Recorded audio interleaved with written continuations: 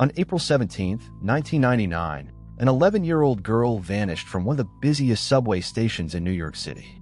She didn't run away. She wasn't alone.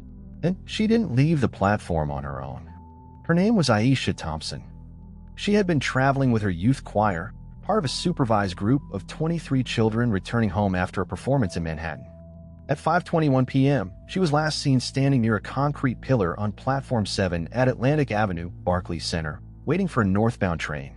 The platform was crowded, loud, and chaotic. Commuters rushed forward. Doors opened. Trains screeched to a stop. For less than a minute, attention fractured in every direction. When the train pulled away, Aisha was gone. No one heard a scream. No one saw a struggle. No one could explain what had happened. Security cameras confirmed that she had been there moments earlier. They did not show her leaving. Witnesses remembered fragments: a child near a pillar, a man in uniform, confusion during the rush. None of it was enough to form a clear picture. From the very beginning, investigators understood something unsettling. This was not a case of a child wandering off. This was a disappearance that happened fast, quietly, and in full view of the public. And that meant one thing: someone knew exactly what they were doing. Before we continue, if you appreciate this detailed look into the mind of a killer and want to uncover more cases like this, make sure to subscribe to Minds of Murderers and hit the like button. Your support helps us keep these stories alive. Now let's begin. The morning of April 17, 1999, began without warning. There were no signs, no bad feelings, no moments that hinted at what was coming. For Aisha Thompson, it was a day she had been looking forward to for weeks. She was 11 years old, responsible, soft-spoken, and deeply committed to her youth choir. Music mattered to her. So did following rules. Her mother, Patricia Thompson, made sure Aisha's navy blue dress was pressed the night before. She braided her daughter's hair carefully, the way she always did for special occasions, and reminded her to stay close to the adults in charge. Do not wander off. Do not talk to strangers. Stay with the group.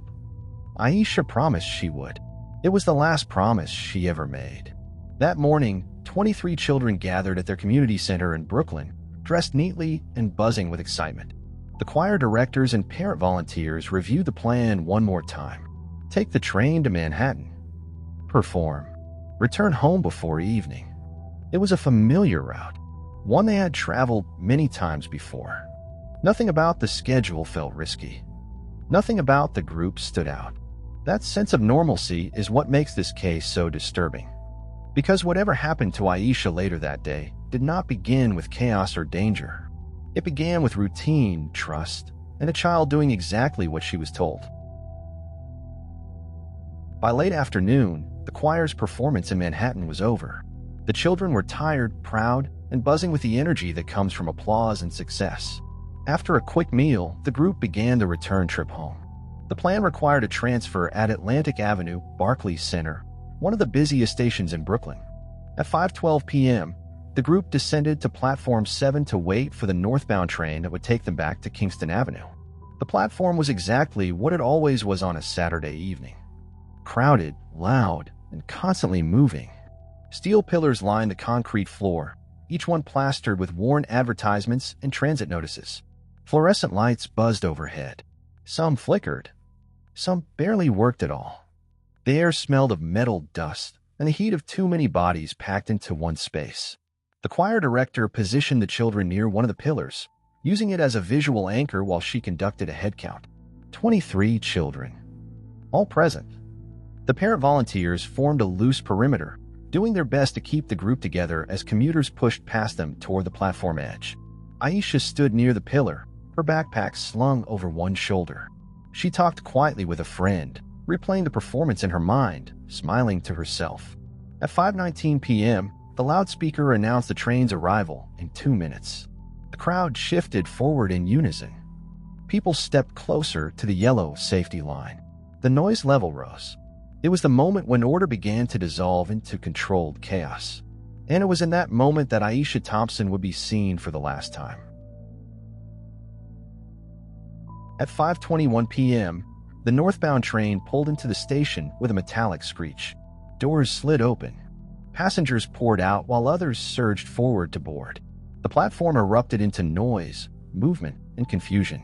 The choir held their position, waiting to board together as they had been instructed. The moment lasted less than a minute. When the train doors closed and the cars rolled away, the platform began to thin. The choir director immediately did another head count. 22. She counted again, slower this time, touching each child's shoulder as she went. Still 22. Panic set in almost instantly. She called Aisha's name once, then again, louder each time. There was no response. The parent volunteers reacted without hesitation. One scanned the train windows as it disappeared down the tunnel. Another questioned nearby passengers. A third ran toward the stairwell, hoping Aisha had somehow gone upstairs to street level. Nothing. By the time it became clear that Aisha was not on the platform, the sense of urgency had shifted to fear. Transit workers were alerted. Trains were delayed. A search of the immediate area began. Near the pillar where the choir had been standing, someone noticed a small backpack on the ground. It belonged to Aisha. Inside were a water bottle, a snack, and a disposable camera. Nothing appeared disturbed. Nothing explained how an 11-year-old child could vanish so completely, so quickly, and without anyone seeing it happen. Police arrived at Atlantic Avenue, Barclays Center, within minutes of the report. The platform was secured, and transit officers began searching every accessible area. Trains that had passed through the station around the time of Aisha's disappearance were stopped and checked. Stairwells, restrooms, storage rooms, and public corridors were examined. Nothing turned up. Witnesses were questioned, but their accounts were fragmented and uncertain. One passenger recalled seeing Aisha standing near a pillar, looking confused. Another remembered a man in a transit uniform speaking to a young girl, though they could not be sure of the timing or identity. Others remembered nothing at all. Surveillance footage offered little clarity. The cameras confirmed Aisha's presence on the platform minutes before the train arrived. They did not show her boarding a train or leaving the area. Large sections of the platform were obscured by pillars and crowds, creating blind spots at the worst possible moment. Investigators reviewed the footage frame by frame through the night, searching for any detail they might have missed. All they could say with certainty was this: Aisha had been on the platform. And after the train arrived, she was not.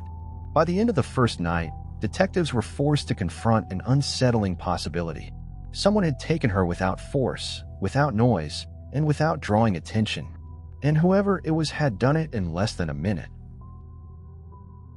Despite massive searches, federal involvement, and thousands of tips, the investigation stalled. Days turned into weeks, weeks into months, months into years. Every lead that seemed promising evaporated. Sightings were never confirmed. Tips went nowhere. The public's attention drifted to the next story, the next tragedy. But Aisha Thompson never stopped searching. Flyers went up on telephone poles, in subway stations, in grocery stores. She appeared on television, begging for information. She organized search parties every weekend, walking streets, subway tunnels, alleys, anywhere she thought her daughter might be. Yet every trail ended in frustration. Every hope gave way to heartbreak.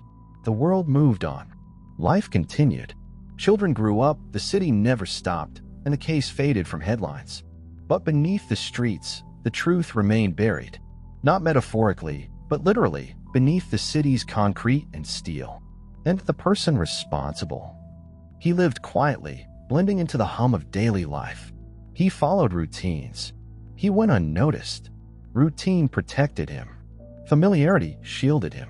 For 21 years, he carried his secret alone. Every morning, the city above moved to its own rhythm. Trains arriving, people rushing, life continuing. And below it, the man who had ended a child's life did the same.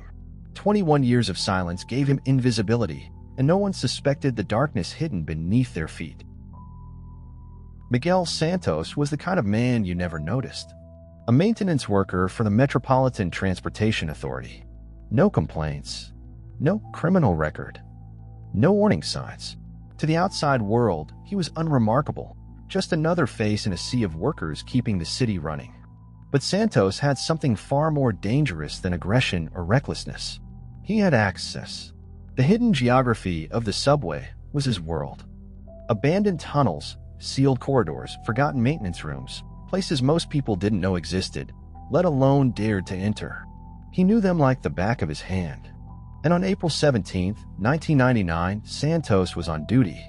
Officially, he was 2 levels below Platform 7, near the mechanical rooms that hummed with the sound of subway ventilation.